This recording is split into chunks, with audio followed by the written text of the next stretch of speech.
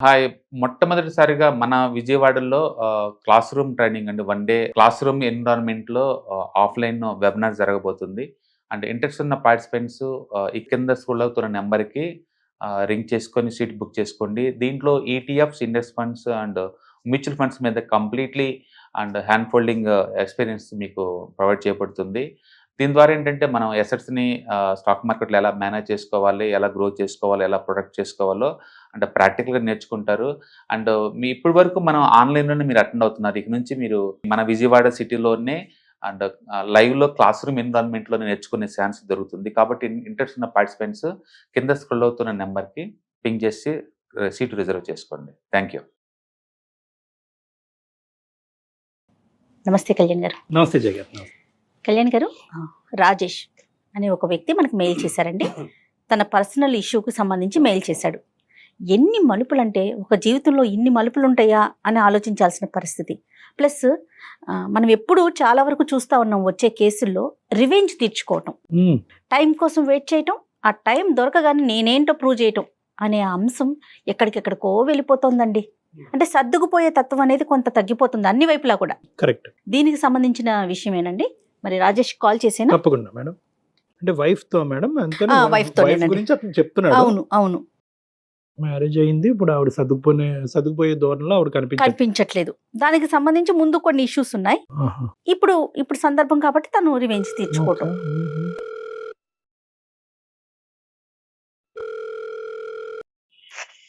Hello hello, Rajesh గారండి?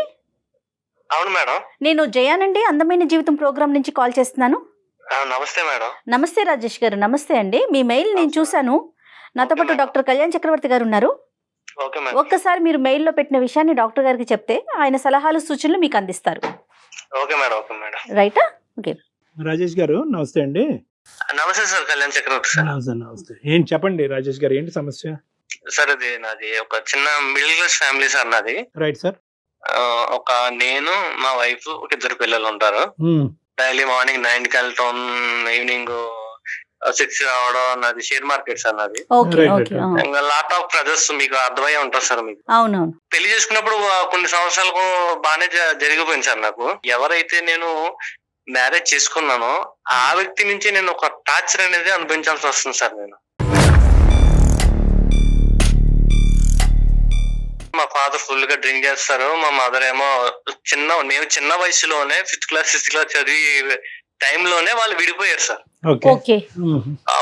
మా father ఎక్కడికి వెళ్ళిపోయారు. మా మదర్ దగ్గరే మేము ఇద్దరు పిల్లలు, మా అక్క, నేను కూడా ఉంటున్నాం సార్. మదర్ చాలా కష్టపడి పెంచారు మేడం. ఒక మా సమతలో మా అక్కకి పెళ్లి చేసాం. నా విషయం దగ్గరకు వచ్చి ఏం జరిగిందంటే, నేను చదువుకునే టైంలో నేను మా దూరపు బంధువులు ఒక అమ్మాయిని నేను ప్రేమించాను సార్. ప్రేమించడం కొన్ని సంవత్సరాలు మాకు కూడా చదువుతో పాటు ప్రేమ కూడా చాలా రోజులు కంటిన్యూ అయింది. నేనైతే ఎవరైతే ప్రేమించానో వాళ్ళ అమ్మాయి పెళ్లికే నేను వెళ్లాల్సి వచ్చింది. ఆ అమ్మాయి ఎలా మిస్ అయిందంటే, వీళ్ళు మిడిల్ క్లాస్ ఫ్యామిలీ, వీళ్ళ ఫ్యామిలీ మదర్ పర్ఫెక్ట్ వేలో లేరు, వీళ్ళ పిల్లలు కూడా ఇలాగ ఈ వేలోనే ఉంటారు. అదొకటి మెయిన్ పాయింట్. రెండో పాయింట్ వచ్చి వీళ్ళకి డబ్బు లేదు. మిస్ అవడం వల్ల నేను ఇదే పట్టుదలగా పట్టుకుని ఎలాగోలాగా నేను దేని వల్ల అయితే నేను ఒక దాన్ని మిస్ చేసుకున్నాను నా జీవితంలో, గానీ ఇది మిస్ అవ్వకూడదని చాలా కష్టపడ్డాను సార్. హైదరాబాద్ వచ్చేసాను. మా సిస్టర్ మ్యారేజ్ అయిన తర్వాత, మ్యారేజ్ అయిపోయిన తర్వాత నేను ఇంకా హైదరాబాద్ వచ్చేసా. ఇక్కడ రెస్టారెంట్ లో పనిచేస్తూ, హోటల్లో పనిచేస్తూ, ఇక్కడ నేనే అక్కడ నేర్చుకున్న దాంతో నేనే హాస్టల్ పెట్టి ఒక లైఫ్ లో కొంచెం నేనైతే సెటిల్ పోసి, మళ్ళీ దాని దగ్గర నుంచి కొంచెం అమౌంట్ పోగు చేసి బిజినెస్ పెట్టి, బిజినెస్ ద్వారా నేను సర్వే అవుతున్నాను మేడం. రైట్. అమ్మ ఎక్కడ ఉన్నారు? మీతో పాటే ఉన్నారా? అమ్మ మాతో పాటునే ఉన్నారు. నేను మ్యారేజ్ చేసుకున్నాను, అమ్మ మాతో పాటునే ఉన్నారు మేడం. మీరు మ్యారేజ్ కూడా చేసేసుకున్నారు? మ్యారేజ్ కూడా చేసేసుకున్నాం మేడం. మ్యారేజ్ చేసుకుంటా కూడా కారణం ఉంది. ఏంటండి? ఒక అమ్మాయిని పెళ్లి చేసుకోవాల్సి వచ్చింది సార్, తప్పనిసరి పరిస్థితిలో. అది ఎక్కడ జరిగిందంటే, నేను ఏవైతే మా దూరపు బంధువుల అమ్మాయి పెళ్లికి వెళ్ళానో ఆ పెళ్లిలో ఈ అమ్మాయి మా దూరపు బంధువు, ఈవిడ కూడా నాకు రిలేటివ్స్ లో మరదలు అవుతుంది. ఆవిడ అందులో మ్యారేజ్ లో నన్ను చూసింది. ఎలాగైనా సరే పలానా రాజేష్నే నేను చేసుకుంటానని ఆ అమ్మాయి పట్టుబట్టింది. పట్టుబట్టింది. రైట్. నేనేంటంటే మా ఫ్యామిలీలో నేను మ్యారేజ్ అయితే చేసుకోను, అసలు 100% చేసుకోను, నా జీవితంలో సరిపోతుంది అని నేను ఒక మైండ్ లో ఫిక్స్ అయిపోయాను. ఎందుకని ఫస్ట్ ఇన్సిడెంట్ కండి? First incident. రైట్. ఓకే. మా లవ్ అయితే ఎక్కడ మిస్ అయింది, మా ఫాదర్ మదర్ అలాగా విడిపోయారు. దాని వల్ల మనసులో పెట్టుకుని నాకు మా పెళ్లి అనే దాని మీద విరక్తి కలిగింది మేడం. ఓకే. ఓకే. లాస్ట్ కి ఏమైందంటే ఈ అమ్మాయి నన్ను ప్రేమించింది అన్నట్టు నాకు తెలిసింది సార్, మా అక్కల ద్వారా. ఈ అమ్మాయి నా కోసం 7-8 సంవత్సరాల నుంచి వెయిట్ చేస్తుంది సార్. ఒక మనల్ని ప్రేమించే వ్యక్తి మన జీవితంలో వస్తే ఎంత అద్భుతంగా ఉంటుందో సినిమాలో చూపించినట్టు మనకు కూడా కొంచెం చాలా బాగుంటది, మన దశ మారిపోతది అని అదొక కాన్సెప్ట్ తో నేను చేసుకున్నాను. చాలా రిచ్, కొంచెం 50 ఎకరాల పొలాలు ఉన్నాయి, నగలు ఉన్నాయి, నట్టు ఉన్నాయి, ఇంకా ఫ్యామిలీ బ్యాక్గ్రౌండ్ కూడా చాలా పెద్దది. రైట్. ఏదేమైతే మీరు అయితే పెళ్లి చేసుకున్నారు ఆ అమ్మాయిని? ఎలాగైతే పెళ్లి చేసుకున్నాం. ఓకే. నెక్స్ట్ అండి? పెళ్లి చేసుకున్నాం. ఎలాగో కొన్ని రోజులు బాగానే గడిచింది. మేము మా అమ్మని తీసుకొచ్చి హైదరాబాద్ వచ్చేసామండి. హైదరాబాద్ వచ్చిన తర్వాత నేనైతే ఎక్కడ ఉన్నానో అదే హైదరాబాద్ లో మా అమ్మని వేరే ఇంట్లో పెట్టాల్సి వచ్చింది. ఎందుకంటే మా అమ్మగారినే సరిగ్గా పట్టించుకోకపోవడం, టైంకి మెడిసిన్ ఇవ్వలేకపోవడం, సరిగ్గా చూసుకోపోవడం, ఇంకా తిట్టిందే తిట్టడం ఏదైనా. ఇంకా ఆవిడకి కూడా నాకు కూడా ఇంటికి వచ్చినప్పుడు మా అమ్మగారు ఆఫీస్ నుంచి వచ్చిన తర్వాత చెప్పే లోపలికి నా మనసు కూడా చాలా గాయమైంది సార్. అత్త కోడళ్ళకి పడల. ఆవిడ కోరుకున్నారండి మీ భార్య వచ్చి మీ అమ్మ ఇక్కడ ఉండటానికి వీల్లేదు అనే మాట వచ్చిందా, లేదంటే మీరే ముందు జాగ్రత్తగా అమ్మకి ఎందుకు చెప్పి దూరం పెట్టారా? ఎలాగా మదర్ అక్కడ ఊళ్ళో ఉంటుంది కదా, నేనే వయసులో కొంచెం బాగా కొంచెం ఏజ్ పడింది, చిన్నప్పటి నుంచి కష్టపడి వచ్చింది కదా, కొంచెం రెస్ట్ కొంచెం సుఖపడుతుంది కదా అని ఇక్కడ తీసుకొచ్చాను సార్. మీరు ఆ నిర్ణయం తీసుకోగానే మీ వైఫ్ ఓకే అని చెప్పారా? ఎందుకండి ఆ పని చేస్తున్నారని అన్నారా? ఓకే అనలేదు సార్. పర్లే కొంచెం కొన్ని రోజులు ఉండొస్తారు, వెళ్ళే ఆడవాళ్ళు వాళ్ళ లేడీస్ వెళ్ళే సర్దుకుంటారు అని నేను ఇలా అనుకున్నాను సార్. రైట్. ఓకే. మార్నింగ్ లేచి కొంచెం వీళ్ళకి టిఫిన్ పెట్టడం, కాఫీ పెట్టడం గానీ, మెడిసిన్ ఇవ్వడం గానీ, ఒక మినిమం బేసిక్స్ కూడా చూసుకోలేకపోతుందండి. అర్థమైంది. మా మదర్ కి ఏమో కీళ్ళ నొప్పుల వల్ల టైం కి టాబ్లెట్స్ వేసుకోపోతే చాలా ప్రాబ్లం అవుతాయి. అమ్మ ఇష్యూ ఒకటి, ఇంకా అమ్మ ఇష్యూ ఒకటి. ఎక్కువ మెయిన్ ఇష్యూ అంటే మమ్మీ కన్నా సిస్టర్ అండి, మా అక్క. అయ్యో. ఓకే. ఆమెదేం ఇష్యూ అండి? మా బావగారు వేరే దుక్కున ఒక 20,000 కి వేరే దుక్కున జాబ్ చేస్తున్నారు లాంగ్ లో జాబ్ చేస్తుంటే, నువ్వు కూడా ఇక్కడ ఎందో ఉండడం ఎందుకు, నువ్వు వెళ్ళిపో. పెళ్ళైన తర్వాత కూడా అక్క మీతో పాటు మీ ఇంట్లోనే ఉందా? మా ఇంట్లోనే ఉంది మేడం. మా మమ్మీ మా సిస్టర్ ఇద్దరు కలిసి ఉండేవారు. వాళ్ళిద్దరు ఉండేవాళ్ళు, మీరు. ఓకే. రైట్. ఏం జరిగిందంటే ఈవిడి సూటుపోటు మాట్లాడడం వల్ల ఏదో మాట అన్నా కూడా మా సిస్టర్ భరించలేని వ్యక్తి అండి. దాని వల్ల ఒకనొక టైంలో ఆవిడ ఆత్మహత్య చేసి చనిపోయిందండి.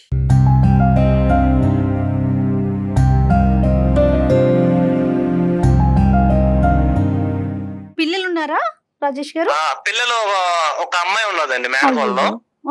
సిస్టర్ చనిపోయిందన్న బాధ ఒకటి. ఆ సిస్టర్ చనిపోవడం వల్లే మా మదర్ కూడా కొంచెం హెల్త్ డిసప్పాయింట్ అయిపోయింది. ఈవిడ నేను పెళ్లి చేసుకున్న వ్యక్తి మాటల్లో ఎంత టార్చర్ పెట్టుంటే ఎంత ఆత్మహత్య చేసుకునే పొజిషన్ వెళ్ళిపోద్దని నేను అస్సలు ఎంత థింక్ చేసినా నాకు అవ్వట్లేదు సార్, డైజెషన్ కూడా అవ్వట్లేదు.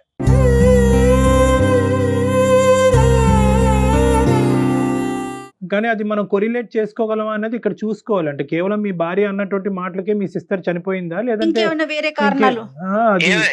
ఓన్లీ మా భార్య అన్న విషయాల వల్లనే ఈమె చనిపోయిందండి.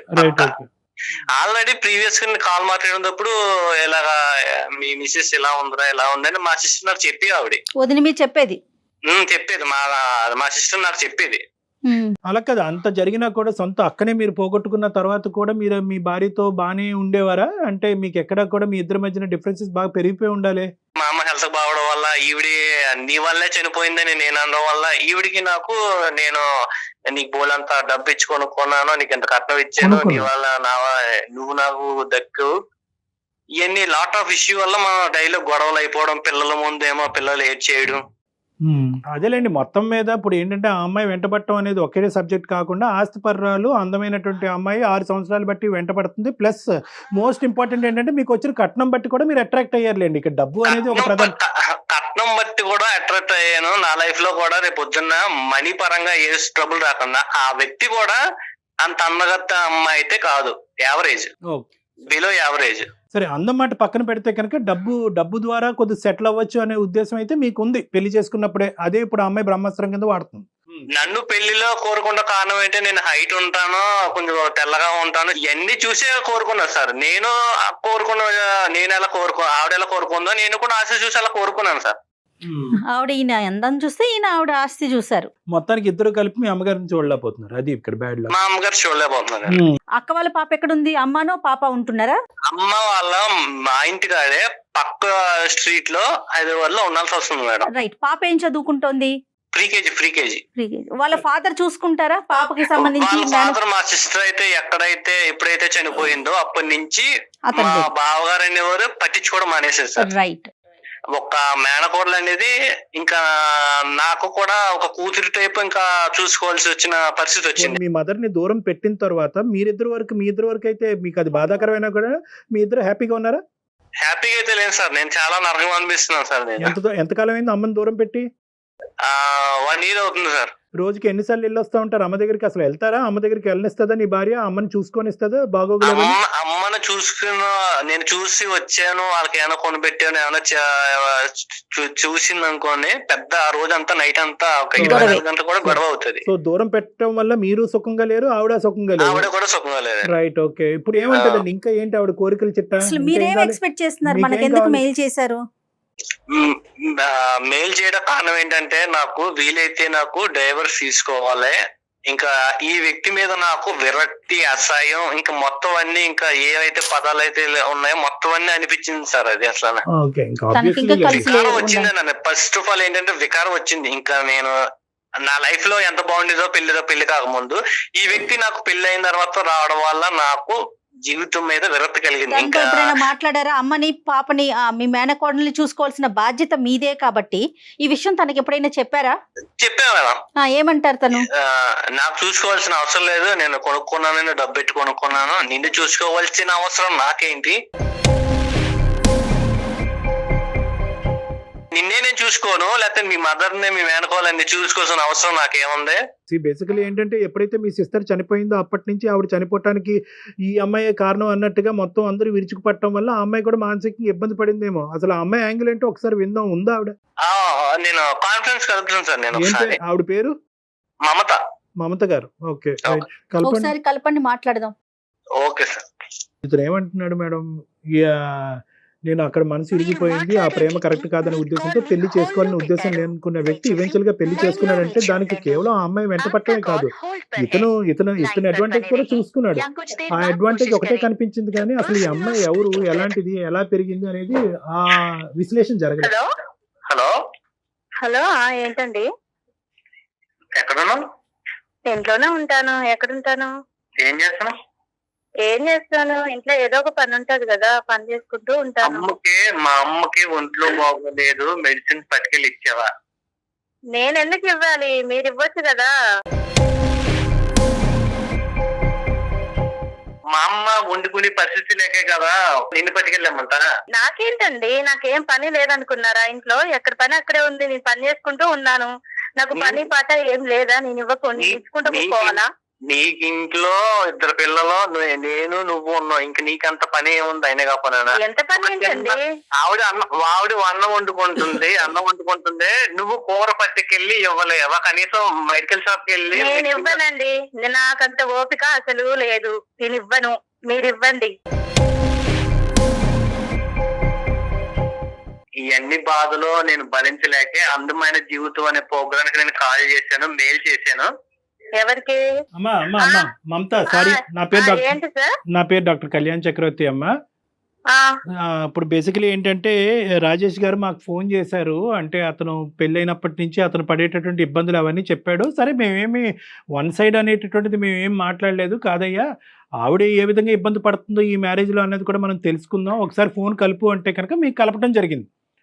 సో ఇక్కడ అయితే నన్నేం చేయమంటారు మీరు? నేను మిమ్మల్ని ఏం అయ్యో. చేయమనట్లేదమ్మా, ఒక 2 నిమిషాలు నా మాట వినండి అని అంటున్నాను. ఇప్పుడు మీ అత్త తర్వాత నువ్వు మాట్లాడదే గానీ సర్లే మేడం. ఏంటి ఇంకా నా పరువు తీసింది కాక ఇంకా టీవీలో న్యూస్లో వాటిలో వీటిలో వేస్తున్నావా? అమ్మ ఇది ఎక్కడ కనిపించే విషయం కాదమ్మా. నాకు ఎలాగా అవకాశం ఇవ్వో, కనీసం డాక్టర్ గారు కూడా సార్ కూడా అవకాశం ఇవ్వో అని అడుగుతున్నాను నేను. నేను ఏమని చెప్తున్నా అంటే 2 పదాలు మాట్లాడుతున్నాను ఇక్కడ. ఏంటంటే ఆ అబ్బాయి అతని జీవితంలో హ్యాపీగా లేడంట, అక్కను పోగొట్టుకున్నాడు, తల్లిని దూరం చేసుకున్నాడు. అయినా కానీ ఇన్ని జరిగినా కూడా నాకు నా భార్య మధ్యన సఖ్యత లేదు, కేవలం వీళ్ళు గురించే కాదు, మీ ఇద్దరం హ్యాపీగా ఉండలేకపోతున్నాం, బయటపడాలి అనే ఆలోచన ఉన్నా కూడా బయట పడలేనటువంటి పరిస్థితి, ఎందుకంటే 2 పిల్లలు ఉన్నారు అనే అంశంతో మా ముందుకు వచ్చాడు. సో మేమేమన్నాము, అవునయ్యా అలా అయిపోయిందా, ఉండు మీ ఆవిడకి ఫోన్ కలుపు, ఆవిడ గట్టిగా బుద్ధి చెప్పాలి అని అనలే. మేమేమన్నాము, ఏదో ఆవిడ వర్జన్ కూడా ఉండుంటుంది అయ్యా, బహుశా ఆవిడ కూడా ఎక్కడో బాధపడి ఉంటుంది, ఒకసారి ఫోన్ కలిపితే కనుక ఆవిడతో మాట్లాడదాం అని చెప్పి మీ మాట వినటం గురించి మీకు ఫోన్ కలపమన్నాం. నేను బుద్ధి చెప్పించుకునేంత ఏం లేదులేండి అక్కడ. అదే సరే, నువ్వు నా దగ్గర మాట్లాడినట్టు నువ్వు సార్ దగ్గర మాట్లాడు, మాకు అర్థమవుతుందా? ఏంది నీ గోడ పర్లేదు, ఏంది పర్లేదు. అసలుకి? ఏంది నీ బాధ ఏంది? నాకు అర్థం కావట్లేదు. అమ్మమ్మ రాజేష్, బాధ ఆవిడ అలా మాట్లాడటం వల్ల నేనేం ఇబ్బంది పడట్లేదు, ఎందుకంటే నేను ఆవిడకి సంస్కారం ఇస్తున్నాను, ఆవిడ ఇవ్వలేకపోతున్నందుకు నో ప్రాబ్లం. నీతో నేను సంస్కారం నేర్పించుకునేంత ఏమీ లేదు అక్కడ. ఏమి నువ్వు లేదు. నన్ను 6 సంవత్సరాలు నువ్వు 6 సంవత్సరాలు టార్చర్ పెట్టావు నువ్వు నన్ను. అది అలాంటి నీకు ఇప్పుడు నేను సంస్కారం ఇయ్యాలా? కొట్టే వచ్చిన భర్తవి నువ్వు. ఊరికే ఏం రాలే, నీ అవసరం కొద్ది నన్ను పెళ్లి చేసుకున్నావు. నేను నీ మాట వినేదేంది? నేను అసలు నీ మాట వినను. నేను చెప్పింది నువ్వు చెయ్యాలి అంతే. చెప్పింది చేయడానికి నేనే నీ చేతిలో ఉన్న రిమోట్ కాదు, నేను ఒక ఆ రోజు 10 లక్షలు నీ అవసరం బట్టి 10 లక్షలు తీసుకొని పెళ్లి చేసుకున్నావు. ఆ రోజు గుర్తుకు రాలేదా ఇవన్నీ? ఈ 10 లక్షలు నువ్వు ఎప్పుడు ఇచ్చావు? నేను ఈ 10 లక్షలకే 10కి 10 కలిపి నేను సంపాదించాను నా కష్టంతోను. ఒకప్పుడు రాజేష్ కాదు నేను, ఇప్పుడు మారాను, అర్థమవుతుందా? అయితే నన్ను ఏం చేయమంటావు మరి ఇప్పుడు? ఎప్పుడు నీ సొమ్ములతో నీ సొమ్ములతో తిరుగుతున్నాను అనుకున్నావా? నేను కష్టపడ్డాను, తెలుసు. జాబ్ సాధించాను, అర్థమవుతుందా? అందరికి తెలుసు, మన బంధువులకి అందరికి తెలుసు. నువ్వు కొత్తగా చెప్పుకొని తిరగాల్సిన అవసరం ఏం లేదు. నువ్వు మహానటుడివి. మనుషుల ముందర ఒకలాగుంటావు, మనుషుల తర్వాత ఒకలాగుంటావు. నేను మహానటుడు అంటే నువ్వు మహానటి.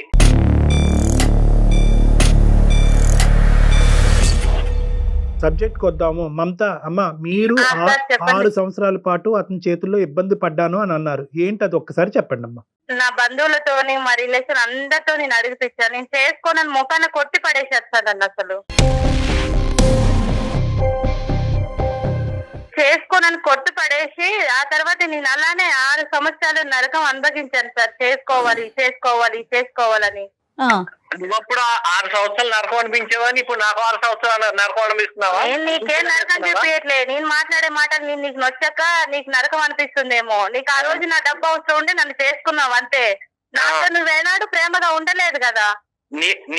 నాకు డబ్బు అవసరం, నీకు అందం అవసరం కాబట్టి నన్ను చేసుకున్నావు. ఒక పెళ్లి అనే పవిత్రమైన బంధాన్ని ఎవరికి ఇష్టం వచ్చినట్టు మాట్లాడేసుకుంటున్నారు మేడం. ఇలానే చేస్తాడు. మనుషుల ముందర ఒకలాగుంటాడు, మనుషుల తర్వాత ఒకలాగుంటాడు. ఇంత నటించేవాడు నాకు అసలు నచ్చదు మేడం. మనుషులు వెనకాతలు ఎలా ఉంటాడో ఒకసారి చెప్పమ్మా. ఇంతే సార్, అసలు మనిషితో ప్రేమగా ఏనాడు ఉండదు. ఆయనకి ఏదో డబ్బు అవసరం ఉండి నన్ను చేసుకున్నాడే గాని. వాళ్ళ సిస్టర్ చనిపోవటానికి మీరే ప్రేరేపించారంట ఆవిడ అనుకున్నటువంటి. ఆమె చిన్న మాటలకి విషయం చేసుకుంటారు సార్. మనం నవ్వుకుంటా వదిన మర్దలు అన్నప్పుడు నవ్వుకుంటే ఒక మాట అంటాం కదా, దానికే విషయం చేస్తుందామా. నవ్వుకున్న విషయాలకే చనిపోయిన వ్యక్తి ఎప్పుడైనా ఈ న్యూస్ పేపర్ లో కానీ ఎక్కడ వార్తల్లో ఎక్కడైనా వచ్చినట్టు మరి చిన్న మాటలకి ఇవన్నీ చూపిస్తుంటే మరి నేనేం చేసేది? మొదల చిన్నటికి ఫెయిల్ కావడం, చిన్నటికి చీర ఒక బల్ల వేసుకోవడం, మరి అలా చచ్చే వాళ్ళని ఎన్నిసార్లు ఆపుతాం సార్ మనం? సరే, కానీ వాళ్ళ తల్లి ఈ రోజు బయట ఉండవలసినటువంటి పరిస్థితి ఏంటమ్మా? అంత కష్టపడి పెంచినటువంటి తల్లి అవసరమే లేదు సార్, అవసరమే లేదు. ఏంటి అంత ఆవిడ చేయకూడనటువంటి తప్పేంటమ్మా మీ అత్తగారు? నేను చెయ్యను సార్ అసలు. వాళ్ళకి నేను ఎందుకు చేయాలి? నాకేం అవసరం? నాకేం పని ఏం లేదా? నాకు ఇంట్లో ఇద్దరు పిల్లలు చాకరీ చేశాను, నా భర్త చాకరీ చేస్తాను. నేను అలానే ఉంటాను. ఏమన్నంటే విడాకులు ఇస్తాను అంటున్నాడు. బాధ్యత రాహిత్యంగా నువ్వు మాట్లాడక అర్థమవుతుందా? నీ తల్లిని చూసుకోవటం అనేది ఎంత బాధ్యతో మీ అత్తగారిని చూసుకోవటం కూడా అంతే బాధ్యత, రేపొద్దున నిన్ను చూసుకునేటటువంటి బాధ్యత నీ పిల్లల చేతిలో ఉంది. తీసుకుంటారు. సో ఇవన్నీ వదిలేసి నేనెందుకు చూసుకోవాలి, నేను చూసుకోనండి అంటే కనుక ఓన్లీ ఎర్రగా బుర్రగా ఉన్నటువంటి మొగుడిని ఒక్కడినే ఉంచుకుని అతను చూసుకోవటం ఒక్కదాని గురించేనా పెళ్లి అనేటటువంటిది? నేను ఆయన ఒక్కరినే చూసుకుంటా సార్, వాళ్ళమ్మతో నాకు అవసరం లేదు. అది నేను నా వాళ్ళ అమ్మ పిల్లల లేకుండా ఆయన జాగ్రత్తగా- ఎక్కడి నుంచి వచ్చారమ్మా? అదేమన్నా బ్రహ్మ పదార్థమా పైనుంచి ఊడిపడను? మేడం అంత ప్రేమ ఉన్నాయన, మరి అదే 6 సంవత్సరాల ముందుకు నా రిలేషన్ తో అడిగిచ్చాను, మరి ఆ రోజు లేదా నా మీద ప్రేమ? అదేంటమ్మా, ఒక వ్యక్తి అది ఒక మనసు, తనకి నచ్చితే పెళ్లి చేసుకుంటాడు, లేకుంటే లేదు. ఆయనకు నొచ్చి నన్ను ఏనాడు చేసుకోలేదు మేడం, అతనికి నొచ్చి నన్ను పెళ్ళే చేసుకోలేదు. ఏ అక్క అయితే మన పెళ్లికి కలిపిందో ఆ అక్కనే దూరం చేసాం, మా అక్కనే. ఆమెకి సావే ప్రస్కారం అనుకొని చనిపోయింది, దానికి నేనేం చేయాలి? ఏం చెయ్యాలి ఏం చేయకూడదు అన్నది తీసి పక్కన పెట్టామ్మా. మీ కళ్ళెదురుగుంటూ ఉన్న ఒక ఆడపిల్ల చనిపోయింది, అది దాని గురించి మీకు కొద్దిపాటి జాలి దయ సానుభూతి కూడా లేకుండా ఏదో పోయిందిలేండి ఎంతకాలం కాపాడుతాం అని చెప్తే కనుక ఈరోజు వాళ్ళ సిస్టర్ చనిపోయిన రోజే నిన్ను దూరం చేసుకోవచ్చు నీ భర్త. వాళ్ళ సిస్టర్ యొక్క చావు కారణం అనుకునేటటువంటి వ్యక్తి ఈరోజు భార్యను పక్కన పెట్టుకుని ఈరోజు తల్లి కూడా దూరం అయిన తర్వాత కూడా మళ్ళీ భార్య దగ్గరే ఉండేటటువంటి వ్యక్తిని నేను చూడలే.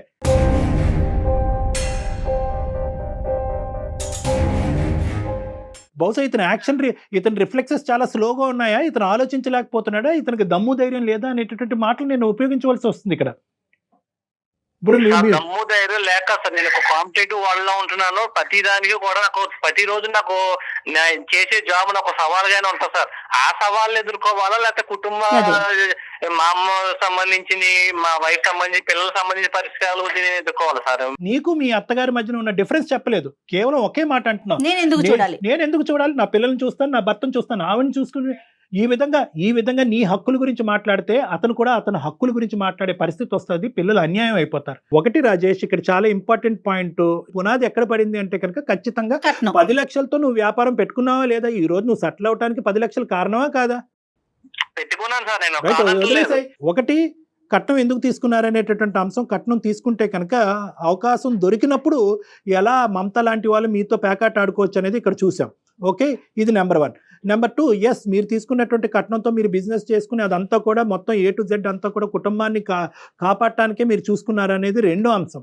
మూడో అంశం ఏంటంటే కనుక ఇప్పుడు ఇక్కడ జరిగినటువంటి అంశంలో ప్రధానంగా మీ దగ్గర నుంచి వచ్చినటువంటి ప్రాబ్లం ఏంటి అని మమతాని అడిగితే కనుక ఏమీ చెప్పట్లేదు అమ్మాయి, కేవలం నాకు కావాల్సిన ప్రేమ రాలేదు అన్నట్టు.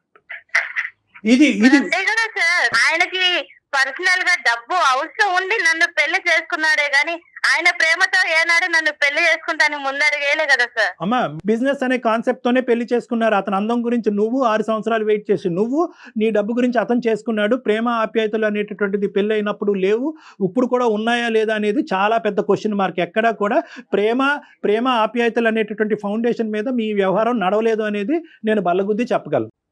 నా కుటుంబ జీవితంలో మా అమ్మ మా నాన్న ఎలా విడిపోయారో దాని వల్ల ఎన్ని ఫలితాలు అనేది మనకి డిసడ్వాంటేజ్ వచ్చాయో, రేపొద్దున నా ఇద్దరు పిల్లల జీవితాలు కూడా కొంచెం ఒక మంచి దారిలోకి వెళ్ళాలనే నేను మిమ్మల్ని సంప్రదించాల్సి వచ్చింది. మీ ఆలోచన కరెక్టే, కానీ ఇక్కడ మీరు ఏదైతే వాతావరణాన్ని ప్రపంచాన్ని మీ తల్లిదండ్రులకి మీ పిల్లలకి చూపెడుతున్నారనేది ఇంకా ఇంపార్టెంట్ ఇష్యూ. ముసలి వయసు వచ్చి పెద్ద వయసు వస్తే తల్లిని ఇలా బయట మెడపట్టుకుని గెంటేసి పక్కింట్లో పెట్టి ఆవిడకి జబ్బు పడినా కూడా ట్యాబ్లెట్లు ఇవ్వకూడదు అనమాట. ఒకప్పుడు అలా ఇస్తానన్నా కూడా నా భార్య కానీ నా భర్త కానీ అలా ఇస్తానని డిసైడ్ చేసుకుంటే మనం వాళ్ళని పట్టుకుని వెనక్కి లాగేయాలన్నమాట అనేటటువంటి ఈ మానవతా విలువలు కూడా మీరు తెలియకుండా పిల్లలకు చూపెడుతున్నారు. ఇది కూడా గుర్తుపెట్టుకోండి. సో ఎప్పుడు కూడా ఏంటంటే ఒక మ్యారేజ్ అనేటటువంటిది as long as it is advantages for every member of the family. అది మీ భార్యకు ఉపయోగపడాలి, మీకు ఉపయోగపడాలి, మీ పిల్లలకు ఉపయోగపడాలి. అంతేగాని దాన్ని ఏదో విధంగా మా తల్లిదండ్రులకి ఇలా జరిగింది కాబట్టి 100 ఇలా కొట్టుకు సచ్చైనా కూడా ఇద్దరం కలిసే ఉంటాం అనే కాన్సెప్ట్ కరెక్ట్ కాదండి. అది పద్ధతి కూడా కాదు, అది పిల్లలకు కూడా మంచిది కాదు. 200% కరెక్ట్ కళ్యాణ్జీ. దాని ఇంపాక్ట్ పిల్లల మీద ఉంటుంది. ఇప్పుడు ఆ అమ్మాయికి ఎక్కడా కూడా మీ సిస్టర్ చనిపోయింది అనేటటువంటి సానుభూతి కానీ అయ్యో పాపం నేను కాదండి అని చెప్పడం కేర్. ఇక్కడ పాయింట్ ఏంటంటే, ఏమండి నేను కాదండి, ఆ అమ్మాయి మెంటాలిటీ అలా ఉంది కాబట్టి ఆ అమ్మాయి చచ్చిపోయిందండి, ఆ అమ్మాయి చనిపోయినందుకు మా భర్త కంటే నేనే ఎక్కువ బాధపడ్డాను అనే కాన్సెప్ట్ డిఫరెంట్. అలా కాదు, పోయేటటువంటి వాళ్ళని మేము ఎలా ఆపుతామని చెప్పి మానవతా హృదయం లేనటువంటి విధంగా ఆ అమ్మాయి మాట్లాడుతుంది చూడండి, అది నన్ను చాలా బాగా కలిచివేసిందండి. మమత నువ్వేమన్నా అనుకో అమ్మ, నెంబర్ 1. నెంబర్ 2, ఒక్క 0.5% పాయింట్ కూడా మీ అత్తగారిని దూరం పెట్టడం గురించి నువ్వు ఒక్క మాట చెప్పలేదు. అది అతని హక్కు, అతని హక్కు. అతని తల్లి దగ్గర ఉండవలసిన, తల్లిని దగ్గర పెట్టుకుని కాపాడవలసినటువంటి బాధ్యత అతని హక్కు. రేపొద్దున పిల్లలు ఏమవుతారో మనం పెంచేటటువంటి విధానం ఉంటుందండి, దాన్ని బట్టి చూసుకుందాం అంటే కాదు. ఏదైతే దరిద్రం, ఏదైతే చండాలం మీ పిల్లలు చూడాలో ఆల్రెడీ వాళ్ళు చూసేశారు. సారీ, నా తప్పయింది, మీ అమ్మగారిని వెనక్కి తెచ్చుకుందాము, మీ అమ్మగారిని చూసుకుందాము, నేను మిమ్మల్ని బ్లేమ్ చేయను, మీరు నన్ను బ్లేమ్ చేయొద్దు, గతాన్ని వదిలేసి ముందుకెళ్దాం అనేటటువంటి ఒక్క పశ్చాత్తాపం నీలో వస్తే కనుక సరిపోతుందమ్మా. ఆయనకంత ఓపుకుంటే ఆయన చేసుకోనండి, నేను చేసేంత ఓపిక నాకు లేదు.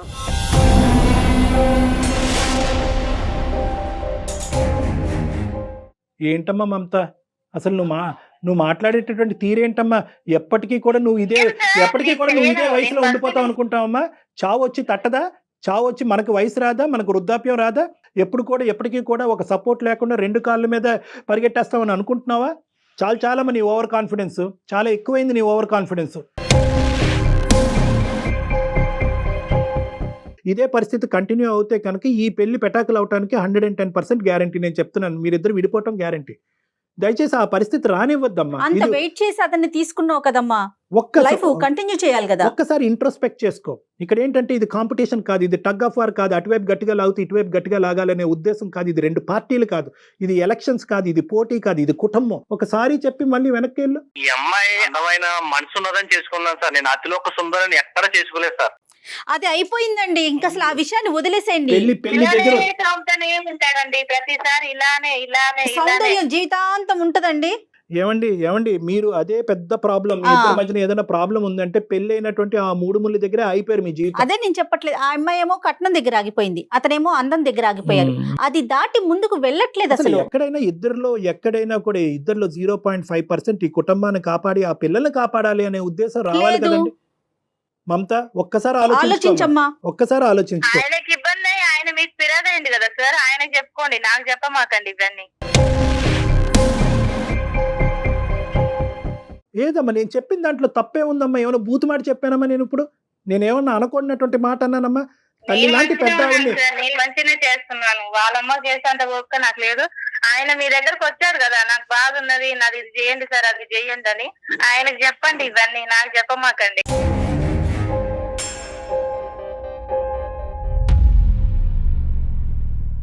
ఆయనకి చెప్పాలంటే నువ్వు వినాలి కదమ్మా, ఇదంతా కనెక్టెడ్ సిరీస్ కదా. నాకైతే వినే ఓపిక కూడా లేదు సార్. అదే పెద్ద ప్రాబ్లం. చెప్పి అక్కడ నీకు చెవులో సోచ్ చెప్పడానికి రాలేదు, మన జీవితానికి ఒక పరిష్కారం చూపించడానికి. మీ భర్త ఈజ్ ఈక్వల్ టు మీ అత్తగారు, మీ భర్త గారి తల్లి గారు. సో నేను నా భర్త కాదు. ఆవిడని ఎవరిని చూస్తారు? నా పిల్లలు అంటున్నావు కదమ్మా, నీ పిల్లలు వచ్చేసరికి చిన్న పిల్లల్ని పెట్టుకొని నువ్వు నా పిల్లలు అంటున్నావే. అంతెత్తు ఎదిగిన మనిషి, అంత పెద్ద వ్యక్తిగత అబ్బాయి మీ హస్బెండ్, ఆమెకి తల్లికి ఉండదా? ఆయన కోపుకుంటే ఆయన చేసుకోండి మేడం. మళ్ళీ ఓపిక ఏంటమ్మా? మళ్ళీ ఓపిక దగ్గరికి ఎందుకు వస్తావు? ఒక పని చేద్దాం మమత, ఒక పని చేద్దామా? చెప్పండి. బహుశా మేము చేసినందుకు, చెప్పకుండా చేసినందుకు ఇంకో కారణం వల్ల నా మీద కూడా నా మీద కూడా నీకు కోపం ఉండుంటది. ఆ కోపంలో మాట్లాడే మాటల్లాగా అనిపిస్తుంది. ఇద్దరు ఒకసారి నా దగ్గరికి వస్తారా? ఇది మంచి మార్గం. ఎందుకంటే ఇది అస్సలు విడిపోయేటటువంటి కారణాలు కాదు ఇవి. సో ఎంత కాదనుకున్నా కూడా రాజేష్లో ఒక ఓపిక, ఓర్పు ఉంది. నీలో కొద్దిగా ఓపిక, ఓర్పు, సహనం తెచ్చుకుని నన్ను ఒకసారి కలవండి, ఇద్దరుని మనం మాట్లాడుకుందాం ఒకసారి. ఆయన మీ దగ్గరకు వచ్చి ఆయన బాధలు చెప్పుకున్నారు కదా. సరే అమ్మా, రావడానికి కూడా కారణం ఒకటి, నువ్వు బాధ పెట్టడం వల్ల కుటుంబం సర్వనాశనం అయిపోతుంది అనే చిన్న కారణం చేత ఫ్యూచర్ కూడా కొంచెం పాడవుతుంది. కాబట్టి దాని వల్ల నేను పిల్లల భవిష్యత్తు కూడా పాడవకూడదని నేను కన్సల్ట్ అయ్యాను సార్. తప్ప అది అర్థమైందిలేండి, ఆ అమ్మాయికి అర్థమైంది, కానీ అర్థం కానట్టు ఉంది. ఒకసారి నీకు ఇష్టం ఉంటే కనుక ఒకసారి కూల్ హెడ్ తో ఆలోచించి ఇద్దరు ఓకే అంటే ఒకసారి నన్ను వచ్చి మాట్లాడండి. ఇప్పుడు చెప్పమాకమ్మా నీ నిర్ణయం. ఇది అయిపోయినాక నువ్వు కూల్గా ఆలోచించుకొని 1-2 రోజులు ఆలోచించుకొని తర్వాత నిర్ణయం తీసుకోండి. థ్యాంక్ యూ సో మచ్ మమత గారు. థ్యాంక్ యూ మా.